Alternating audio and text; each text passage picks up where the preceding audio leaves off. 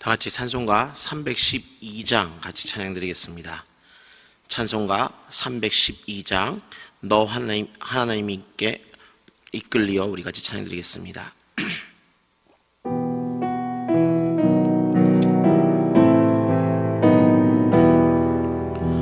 너 하나님께 이끌리어 일평생 주만 바라며 너 어려울 때 힘 주시고 언제나 지켜주시니 주 크신 사랑 믿는 자 그 반석 위에 서리라. 너 설레는 맘 가다듬고 희망 중 기다리면서 그 은혜로신 주의 뜻과 사랑에 만족하여라. 우리를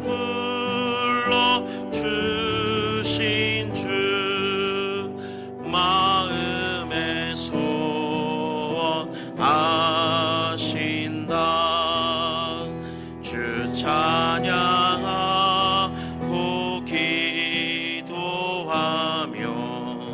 내 본분이 서다하라. 주 약속하신 모든 은혜 내게서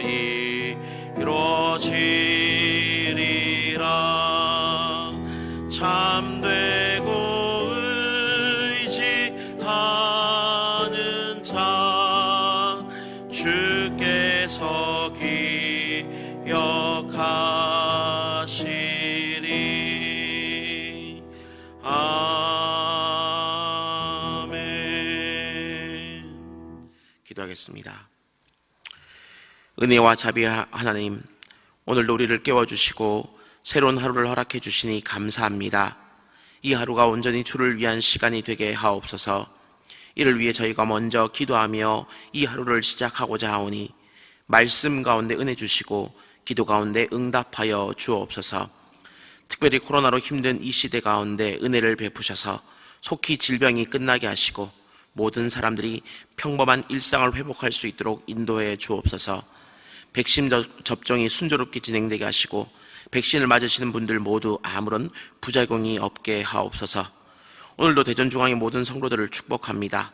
가정마다 평강으로 지켜주시고 영육간에 강건케 하시며 세상의 즐거움이 아닌 주님이 주신 그 기쁨으로 감사하는 하루가 되게 하옵소서. 우리의 기도를 들으시고 선하게 응답하시는 예수님의 이름으로 기도합니다. 아멘. 이성의 여러분과 함께 나눌 말씀은 예레미야서 15장 우리 10절부터 21절까지의 말씀입니다. 예레미야서 15장 10절부터 21절까지 말씀을 한 절씩 교독하도록 하겠습니다. 10절입니다. 내게 재앙이로다. 나의 어머니여, 어머니께서 나를 온 세계에 다투는 자와 싸우는 자를 만날 자로 낳으셨도다. 내가 꾸어주지도 아니하였고 사람이 내게 꾸이지도 아니하였건만은 다 나를 저주하는도다. 여호와께서 이르시되 내가 진실로 너를 강하게 할 것이요 너에게 복을 받게 할 것이며 내가 진실로 내 원수로 재앙과 환난에 대해 내게 간구하게 하리라. 누가 능히 철 곧 북방의 철과 놋을 꺾으리요. 그러나 내 모든 죄로 말미암아 내 국경 안의 모든 재산과 보물로 값없이 탈취를 당하게 할 것이며 내 원수와 함께 내가 알지 못하는 땅에 이르게 하리니 이는 나의 진노의 맹렬한 불이 너희를 사르려 함이라. 여호와여 주께서 아시오니 원하건대 주는 나를 기억하오시며 돌보시사 나를 박해하는 자에게 보복하시고 주의 오래 참으심으로 말미암아 나로 멸망하지 아니하게 하옵시며 주를 위하여 내가 부끄러움을 당하는 줄을 아시옵소서. 만군 하나님 여호와여, 나는 주의 이름으로 일컬음을 받은 자라. 내가 주의 말씀을 얻어 먹었사오니 주의 말씀은 내게 기쁨과 내 마음의 즐거움이오나 내가 기뻐하는 자의 모임 가운데 앉지 아니하며 즐거워하지도 아니하고 주의 손에 붙들려 홀로 앉았사오니 이는 주께서 분노로 내게 주셨음이니이다. 나의 고통이 계속하며 상처가 중하여 낫지 아니함은 어찌 됨이니까? 주께서는 내게 대하여 물이 말라서 속이는 시내 같으시리까? 여호와께서 이와 같이 말씀하시되 내가 만일 돌아오면 내가 너를 다시 이끌어 내 앞에 세울 것이며 내가 만일 헛된 것을 버리고 귀한 것을 말한다면 너는 나의 입이 될 것이라. 그들은 내게로 돌아오려니와 너는 그들에게로 돌아가지 말지니라. 내가 너로 이 백성 앞에 견고한 녹성읍이 되게 하리니 그들이 너를 칠지라도 이기지 못할 것은 내가 너와 함께하여 너를 구하여 건짐이라. 여호와의 말씀이니라. 내가 너를 악한 자의 손에서 건지시며 무서운 자의 손에서 구원하리라. 아멘. 오늘도 새벽을 깨우는 모든 분들을 주님의 이름으로 환영하고 축복합니다. 여러분의 그 기도의 제목, 마음의 소원 가운데 하나님께서 선하게 복되게 응답하여 주시기를 주의 이름으로 축원합니다. 오늘은 예레미야 15장 우리 10절부터 21절까지의 말씀을 중심으로 충성된 증인의 고통과 상급, 충성된 증인의 고통과 상급이라는 제목으로 함께 말씀을 나누겠습니다. 우리가 지금 살펴보고 있는 이 예레미야서의 주인공, 바로 그 예레미야는 고통을 많이 당하는 그런 사람들이었습니다. 유다 백성들은 자신들의 그 죄 때문에 고통을 받았지만 이 예레미야는 하나님의 그 뜻을 이루고자 지금 고통을 당하였습니다. 곧 그는 하나님의 소명을 충실하게 수행한 충성된 그런 증인이었으나 하나님을 대적하는 그 세상에서 하나님의 충성된 사람으로 산다는 것은 결코 쉬운 일이 아니었습니다. 심지어 예레미야는 자신의 생일을 저주할 정도의 고통을 당하였습니다. 근데 이것은 구약에서 가장 큰 고난을 당했다라고 이야기하는 욥의 고난과 동일할 정도입니다. 욥도 자신이 태어난 그 생일을 저주할 정도로 고난을 당했습니다. 그런데 욥도 하나님의 뜻을 따라서 경건하게 살았던 그런 사람이고, 지금 이 예레미야도 하나님의 그 소명을 따라서 충성되이 살았던 그런 사람입니다. 곧 하나님께 충성하는 그 길, 순종하는 길에도 어려움과 환난과 문제, 고생은 있을 수 있다라는 것이죠. 그래서 사도 바울은 디모데후서 3장 12절에서 무릇 그리스도 예수 안에서 경건하게 살고자 하는 자는 박해를 받으리라 라고 이야기를 했습니다. 또 예수님도 누가복음 14장 21절에서 누구든지 자기 십자가를 지고 나를 따르지 않는 자는 능히 내 제자가 되지 못하리라 라고 말씀하기도 하셨습니다. 이처럼 주님의 참된 제자가 되기 위해서는 때로는 박해도 있고요, 때로는 각자가 져야 될 그 십자가도 있다라는 것을 잊지 마시길 바랍니다. 그렇다면 주님의 제자, 이 충성된 증인들은 어떤 고통을 당할 수 있을까요? 오늘 이 본문의 예레미야를 중심으로 한번 살펴보게 된다면 그 첫 번째로는 적대감의 고통이다라고 말할 수 있습니다.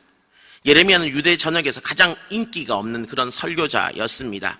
본문 10절을 보면 내게 재앙이로다 나의 어머니여, 어머니께서 나를 온 세계에 다투는 자와 싸우는 자를 만날 자로 낳으셨도다. 내가 꾸어주지도 아니하였고 사람이 내게 꾸이지도 아니하였건만은 다 나를 저주하는도다 라고 지금 기록하고 있습니다. 이 말의 의미는 어머니가 나를 낳으실 때 이미 온 세상이 너를 때릴 것이고 욕할 것이며 저주받을 자로 낳았다, 바로 그런 의미입니다. 근데 이처럼 예레미야가 증거하는 그런 메시지는요, 전혀 세상 가운데 환영받지 못했습니다. 왜 그럴까요? 예레미야가 선지자가 되자마자 그 유다 백성들이 나와서 그에게 우리 민족은 어떻게 될까요? 라고 물었습니다. 이에 예레미야가 이 15장 2절과 같이 하나님의 말씀을 전했습니다. 그들이 만일 내게 말하기를 우리가 어디로 나가리요 하거든 너는 그들에게 이르기를 여호와께서 이같이 말씀하시니라. 죽을 자는 죽음으로 나가고 칼을 받을 자는 칼로 나가고 기근을 당할 자는 기근으로 나가고 포로될 자는 포로됨으로 나갈지니라 하셨다 하라는 겁니다. 이 말의 의미는 너희 중에 대략 한 4분의 1 정도는 병으로 죽을 것이고 4분의 1 정도는 칼에 맞아 죽을 것이고 4분의 1 정도는 굶어 죽을 것이고 나머지 한 4분의 1 정도는 포로로 끌려갈 것이다. 지금 이렇게 얘기했다는 겁니다. 게다가 3절에서 뭐라고 얘기합니까? 여호와의 말씀이니라 내가 그들을 네 가지로 벌하니 곧 죽이는 칼과 찢는 개와 삼켜 멸하는 공중의 새와 땅의 짐승으로 할 것이다 라고까지 예언했습니다. 이러니까 과연 누가 이 예레미야를 좋아했겠습니까? 하지만 이것이 예레미야의 잘못입니까? 아니지요. 그렇다고 이 예레미야를 통해서 지금 재앙의 경고를 하고 계시는 그럼 하나님의 잘못입니까? 그것은 더더욱 아닙니다.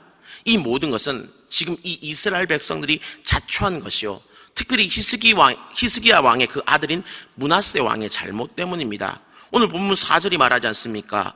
유다 왕 히스기야의 아들 므낫세가 예루살렘에서 행한 그 모든 것으로 말미암아 내가 그들을 세계 여러 민족 가운데 흩트리라 하는 겁니다. 이 므낫세는 매우 악한 왕이었습니다. 열왕기하 21장의 기록을 보면 그는 산당을 세우고 바알과 아세라의 그 상을 만들었으며 하늘의 그 일월 성신을 숭배하였고 아들을 불 가운데 지나가게 하는 그 몰록 숭배를 하였습니다. 또 점치며 박수무당을 신봉하였고 무죄한 자의 피가 예루살렘에 가득하게 만들었다라고 얘기하죠. 그리고 억울한 사람, 하나님의 그 종들을 무수히 죽였습니다. 이사야 선지자를 톱으로 켜서 죽인 사람이 이 므낫세 왕이다라고 얘기하는 그런 전승도 있을 정도입니다. 그래서 하나님은 지금 이 이스라엘을 징계하겠다라고 말씀하고 계시는 것입니다. 그리고 예레미야는 그저 그 하나님의 말씀을 전할 뿐입니다. 하지만 이 악한 세상이 어떻게 반응합니까? 하나님을 믿고 경건하게 살고자 하는 이 사람을 적대하며 사는 겁니다. 그래서 이 예레미야는 그 적대감에 지금 시달리며 살아가고 있습니다. 왜냐하면 우리는 모든 사람을 행복하게 만들 수 없기 때문입니다. 하나님을 기쁘시게 하는 사람은 반드시 세상으로부터 미움을 받게 되어 있습니다. 하지만 이것이 세상을 기쁘게 함으로 말미암아서 하나님께 미움을 받는 것보다는 훨씬 더 낫다는 것을 여러분은 잊지 마시길 바랍니다. 예레미야 선지자가 겪었던 두 번째 고통은 바로 고독의 고통이다라고 볼 수 있습니다. 이 예레미야 11장 21절을 보면 그의 고향 사람이었던 아나돗 사람들조차도 예레미야 이 생명을 취하려고 했습니다. 뿐만 아니라 12장 6절을 보면 형제와 아비 집의 그 사람들도 그를 속이고 지금 배반했습니다. 또한 그는 거짓 선지자 취급을 받았고 국가적으로도 반역죄로 간주되어서 갇히기까지 했습니다. 심지어 결혼도 허락받지 못하였고 자녀도 허락받지 못했습니다. 더구나 어디를 가는 것도 제한을 받아서 그는 초상집도 갈 수 없었고 잔치집도 갈 수 없었습니다. 결국 사방팔방 사람들과의 관계라는 것은 가득 다 끊겨버린 이 예레미야는 일평생 그런 고독한 삶을 살았다라고 볼 수 있습니다. 세 번째로 또한 예레미야 선지자가 겪었던 그 고통은 실패의 고통이다라고 말할 수 있겠지요. 예레미야가 가장 많이 외친 단어는 돌아오라라는 그 뜻을 가진 히브리어 슈브였습니다. 예레미야서에서만 한 100번 이상 이 슈브라는 이 단어가 사용이 됩니다. 그러면서 예레미야는 큰 소리로 외치기도 하고 때로는 울부짖으면서 정말 외치기도 하고 때로는 협박하고 온갖 어떤 수사적 언어를 다 동원해서 시적인 언어로 말하면서까지도 돌아오라라고 끊임없이 외쳤습니다. 하지만 유다 백성들의 반응은 어떠했습니까? 아무도 반응하지 않았습니다. 예레미야 20장 7절 후반을 보면 내가 조롱거리가 되니 사람마다 종일토록 나를 조롱하나이다 라고 지금 기록되어 있습니다. 곧 예레미야가 지나가기만 하면 모든 사람들이 거짓 선지자가 지나가고 있다라고 수군대면서 조롱했다는 겁니다. 때문에 인간적인 관점에서 본다면 이 예레미야는 철저한 실패자였습니다. 더구나 그는 자신이 실패할 것을 또한 알고 있었습니다. 왜냐하면 예레미야 7장 27절에 보면 하나님께서 미리 내가 그들에게 이 모든 말을 할지라도 그들이 너에게 순종하지 아니할 것이요 내가 그들을 불러도 그들이 내가 대답하지 아니하리라고 이미 말씀해 주셨다는 겁니다. 사람이 뭘 하면 열매가 좀 있어야 되겠는데 아무런 열매가 없다면 얼마나 그 실패감이 크겠습니까? 그럼에도 불구하고 지금 이 예레미야는 하나님을 위해서 그 모든 실패의 고통 역시도 감수하고 있습니다. 그리고 거기에 더하여서 이 예레미야 선지자가 겪었던 마지막 고통은 바로 동정심의 고통이다라고 말할 수 있습니다. 동정심의 고통이라는 것은 상대방의 그 아픔을 나의 아픔으로 동일하게 느끼는 데서 비롯된 그런 고통이다라고 볼 수 있습니다. 유다 백성들은 예레미야를 사랑하지 않았지만 이 예레미야는 유다 백성들을 너무나 사랑했습니다. 그래서 이 유다 백성들이 당할 그 모든 심판과 그 모든 아픔들을 지금 고통들을 괴로워했던 겁니다. 그래서 예레미야 9장 1절을 보면 어찌하여 내 머리는 물이 되고 내 눈은 눈물의 근원이 되고 죽임을 당할 딸 내 백성을 위하여 주야로 울리로다. 내 온통 머리가 눈물로 가득 차 있다라고 얘기할 정도로 그는 철저하게 아파했습니다. 근데 그 이유가 무엇입니까? 바로 이스라엘 백성들의 그 아픔 때문이었습니다. 곧 이 예레미야는 그 백성들을 향해서 엄하게 책망했던 것만이 아니라 그들의 그 고통을 동정했고 그 동정심의 그 고통을 고스란히 겪었던 것이지요. 그렇다면 이 예레미야의 그 삶은 온통 고통뿐이었을까요? 적대감의 고통, 고독의 고통, 실패의 고통, 어떤 동정심의 이 고통에 눌려서 힘들기만 한 그런 삶을 살았을까요? 아닙니다. 하나님은 당신의 종들에게 고통만 주시는 것이 아니라 정말 그 고생하는 사람들에게 남들은 알지 못하는, 세상은 알지 못하는 그 상급을 또한 베푸시는 분입니다. 그래서 그 예레미야는 4가지의 또한 상급을 받기도 했습니다. 첫째는 하나님께서 강하게 만드신 바로 그런 축복이었습니다. 오늘 본문 11절을 보시면 여호와께서 이르시되 내가 진실로 너를 강하게 할 것이요 너에게 복을 받게 할 것이며 내가 진실로 내 원수로 재앙과 환난의 때에 내게 간구하게 하리라 라고 지금 기록되어 있습니다. 11절이 바로 이 예레미야에게 주신 귀한 상급 중에 하나입니다. 예레미야서를 보면 이 약한 예레미야를 하나님께서 강하게 하시겠다라는 구절들이 반복되어 등장합니다. 예레미야서 1장 18절과 19절 그리고 오늘 본문인 20절도 마찬가지죠. 그러면서 뭐라고 얘기합니까? 내가 너를 놋 성벽같이 만들어서 어느 누구도 너를 무너뜨리지 못하게 하겠다 이렇게 말씀하시는 것입니다. 곧 예레미야는 하나님으로부터 내적인 어떤 용기를 받았다는 것입니다. 그래서 밖으로는 울었지만 안으로는 주께서 강하게 만들어주시는 그런 은혜를 누렸다라고 볼 수 있습니다. 또한 두 번째로 예레미야는 하나님과 깊은 교제를 나누는 그런 축복을 또한 누렸습니다. 성경의 그 기도 가운데 이 예레미야의 기도만큼 어떻게 볼 때는 담대한 기도가 없는 것 같습니다. 그의 기도는 어떤 때는 하나님께 시비 거는 것처럼 보이는 그런 기도 역시 있습니다. 본문 18절을 보시면 나의 고통이 계속하며 상처가 중하여 낫지 아니하면 어찌 됨이니까 주께서는 내게 대하여 물이 말라 속이는 시내 같으십니다. 곧 하나님 나를 속이셨습니다. 지금 이렇게 그는 기도하고 있는 겁니다.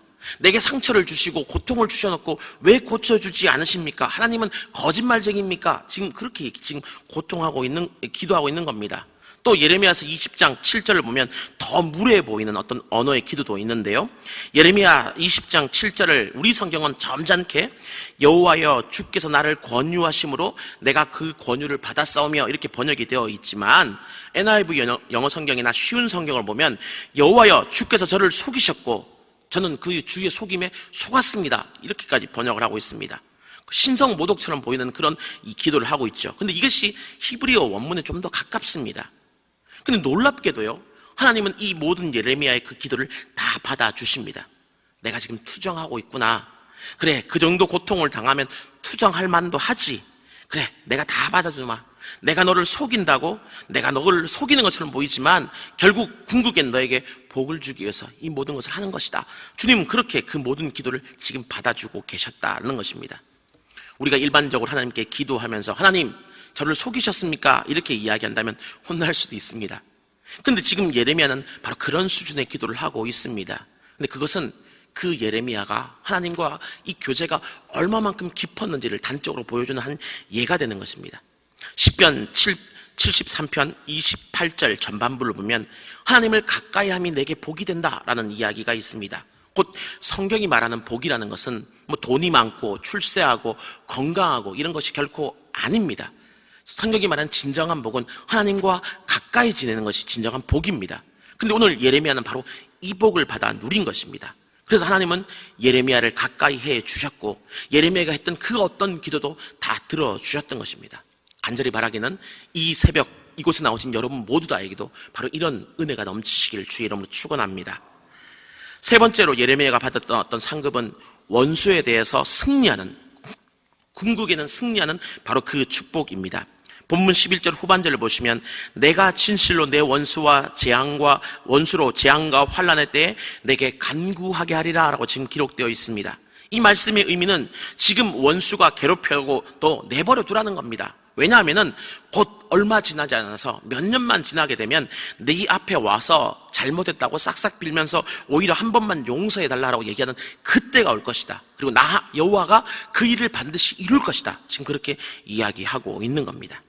그리고 예레미야가 받았던 마지막 상급은 무엇보다 예수님을 닮는 바로 그 축복이었다라고 저는 말하고 싶습니다. 오늘 본문 가운데는 명확하게 표현이 되어 있지 않지만 이 성경 전체를 바라보게 되면 이 예레미야가 받았던 복 중에서 가장 큰 복은 그가 예수님을 아주 많이 닮았던 사람이다라는 평가를 받은 것이 아닌가라는 생각을 해보게 됩니다. 그 예는요, 신약 성경을 가보시면 예수님이 이 땅 가운데 등장하셨을 때 수많은 사람들은 예수님이 이런 분이다 저런 분이다 라고 이야기하는 그런 이야기들이 있었습니다. 근데 마태복음 16장 13절과 14절을 보시면 이렇게 기록합니다.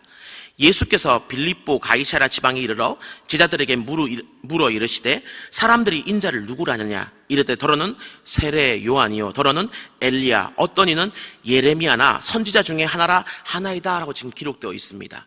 곧 사람들이 예수님을 딱 보았을 때 예수님은 예레미야와 참 많이 유사합니다 이렇게 지금 이야기를 했다라는 것이죠. 이것은 예레미야가 성경에서 예수님과 참 많이 닮았던 인물이라는 겁니다. 예레미야가 고향에서 배척당했던 것처럼 예수님도 그러하셨습니다.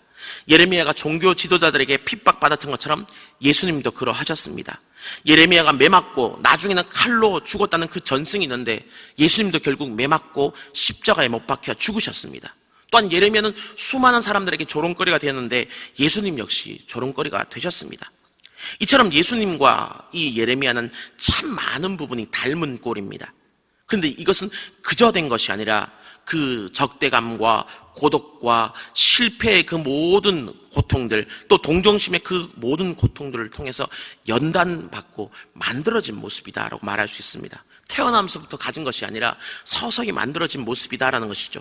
그러므로 우리가 이 예수를 닮아서 작은 예수가 되기 원한다면 우리는 이 예레미야가 겪었던 그런 고통이 혹 우리를 찾아온다 하여도 그것 또한 넉넉히 이겨낼 수 있어야 될 것입니다. 바로 이 인내의 은혜가 또한 넘치시길 주의 이름으로 축원합니다. 고린도전서 4장 2절 보면 맡은 자에게 구할 것은 충성이다라고는 기록이 있습니다. 곧 그리스도의 일꾼이라면 반드시 충성해야 된다라는 그런 의미이지요. 그런데 충성된 그리스도의 일꾼이 된다는 것은 결코 쉬운 일이 아닙니다. 적지 않은 고통이 따르는 일입니다. 하지만 이런 고통이 없다면 그를 따르는 상급 또한 없다라는 것을 잊지 마십시오. 예수를 위해서 때로는 욕먹고 고통당하여도 잠 못 자는 그런 모든 고통들이 있다 하여도 그때 상급이 있는 겁니다. 충성에는 적지 않은 고통이 따르지만 그 고통의 이면에는 하나님께서 예비하신 보석과 같은 놀라운 축복들이 기다리고 있음을 잊지 마시길 바랍니다. 그래서 우리가 죽어서 천국에 가게 되면 하나님께서 그 천사들과 허다한 증인들 앞에서 이렇게 우리를 소개하실 수 있어야 되는 겁니다. 이 사람은 내가 평생 사용한 내 종이다. 이 사람은 나를 위해서 많은 고생을 하였다. 이 사람은 그래서 내 독생자 예수 그리스도를 가장 많이 닮은 사람이다. 그래서 내가 이 사람에게 상을 주겠노라. 이렇게 이야기할 수 있어야 되는 겁니다. 근데 반대로 여러분이 천국에 갔는데 이 사람은 그냥 나 때문에 이 세상을 살면서 수지 맞은 사람이야. 땡 잡은 사람이야. 이 사람을 나를 위해서 고생 하나 한 것도 없고 예수는 조금 닮기는 했나? 만약 이런 평가를 받게 된다면 우리가 얼마나 부끄럽겠습니까? 그리고 얼마나 슬프겠습니까? 그러므로 오늘 말씀을 묵상하시면서 현재 혹은 장래의 그 어떤 시점에 주를 위해서 고생을 하시게 된다면 그 모든 것이 훗날 하나님께서 정말 예수 닮은 내 백성이노라, 충성된 내 증인이다 라고 말씀하시기 위해서, 그 칭찬을 받기 위해서 주시는 잠깐의 고난이다 라는 것을 잊지 마시고 그 모든 것을 견뎌내시는 우리 대전중앙의 성도들 되시기를 주의 이름으로 축원합니다. 이 시간 들은 바 말씀을 기억하면서 우리 같이 한번 기도했으면 좋겠습니다. 예레미야를 통해서 충성된 증인들이 고통받을 수도 있다는 것을 기억하시면서 주를 위해 살다가 겪는 그 모든 어려움들을 넉넉히 이길 수 있도록 주님 도와달라고 기도했으면 좋겠습니다. 또한 주를 위해서 사는 이들을 끝까지 책임지시는 그 주님을 신뢰하면서 이 땅의 복이 아닌 하늘의 그 상급을 소망하며 살게 해달라고 우리 기도했으면 좋겠습니다. 그래서 마지막 날 주 앞에 서게 되었을 때 정말 예수 닮은 주의 백성이요 충성된 하나님의 증인이었다라고 칭찬받는 우리 내가 또 우리 모두가 될 수 있도록 주님 은혜 베풀어 주시옵소서. 우리 이렇게 한번 기도했으면 좋겠습니다. 우리 오늘 말씀 생각하면서 주님의 이름 한번 부르고 기도하겠습니다. 주여, 은혜로 주고 자비로우신 주님 감사합니다. 이 새벽도 저희를 깨워주시옵시고 주님의 말씀 앞에 저희를 세워주심을 너무나 감사드립니다. 오늘의 말씀을 통해서 우리가 주님을 더욱더 온전히 바라보면서 생각하는 그런 우리가 될 수 있도록 주여 도와주시길 간절히 소망합니다. 특별히 예레미야를 통해서 아버지 그가 겪었던 그 모든 고통들을 먼저 한 번씩 돌아보게 됩니다. 하나님 아버지여, 그 적대와의 고통들, 고독의 그 고통들, 그 정말 조롱의 그 고통들, 정말 아버지 그 모든 비난의 고통들, 동정심의 그 고통들을 겪으면서도 그를 끝까지 주를 위해 살았던 그런 모든 것들처럼 우리 역시 주를 위해 살아갈 때 여러 가지 어려움을 겪을 수 있다는 것을 잊지 말게 해주시옵시고, 그 모든 어려움들을 겪게 되었을 때 주를 더욱더 바라보며 소망하는 우리가 될 수 있도록 주님 은혜를 베풀어 주시옵소서. 또한 아버지 그 모든 어려움 가운데 결코 우리를 내버려 두시는 것이 아니라 우리를 끝까지 책임지시는 그 주님을 바라보게 해주옵시고, 주님을 더욱더 신뢰하면서 이 땅에서의 그 복이 아닌 하늘의 그 상급을 바라볼 수 있는 우리 모두가 될 수 있도록 주님 도와주시옵소서. 우리에게 육의 눈이 아닌 영의 눈을 열게 하여 주시옵소서.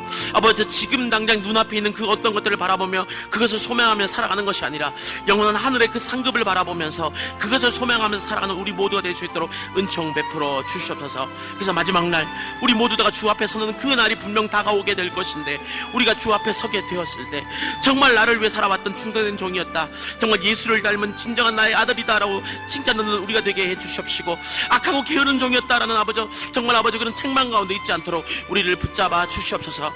이를 위한 아버지 우리의 삶이 정말 아버지 천국을 소망하는 그런 삶이 되게 하시고 순례자의 삶이 될 수 있도록 은혜 베풀어 주시기를 간절히 소망합니다. 주님 도와주시옵소서. 주님 붙들어 주시옵소서. 주님 인도해 주시옵소서. 우리 목요일 기도 제목을 두고 한 번 더 기도하겠습니다. 특별히 매주 목요일은 전도 및 선교 사명을 위해서 기도하는 날입니다. 그러므로 이 시간 기도하실 때 주여 우리 위에 아버지의 마음을 부어주사 많은 영혼을 구원하게 하옵소서. 우리 교회가 돕고 있는 파송 및 후원 선교사님들의 그 모든 가정과 사역 위에 은혜를 내려 주옵소서. 전도와 선교의 사명을 잘 감당할 수 있도록 성령으로 기름 부어 주옵소서라고 기도해 주시길 바랍니다. 그리고 계속해서 담임 목사님을 위해서 기도해 주시고, 함께 동역하시는 모든 장로님들과 교육자들이 사랑으로 하나 되어서 온 교회가 성령으로 충만함 가운데 부흥의 역사를 이루게 해달라라고 기도해 주시길 바랍니다. 우리 전도와 선교의 사명을 위해 합심으로 기도하신 후에 개인적인 기도 제목 두고 마음껏 기도하시다가 돌아가시면 되겠습니다. 이 시간 기도하시기 전에 먼저 저를 따라해 주시길 바랍니다. 주여 아버지의 마음을 주옵소서. 주여 아버지의 마음을 주옵소서. 우리 주님의 이름 간절히 한번 부르고 기도하겠습니다. 주여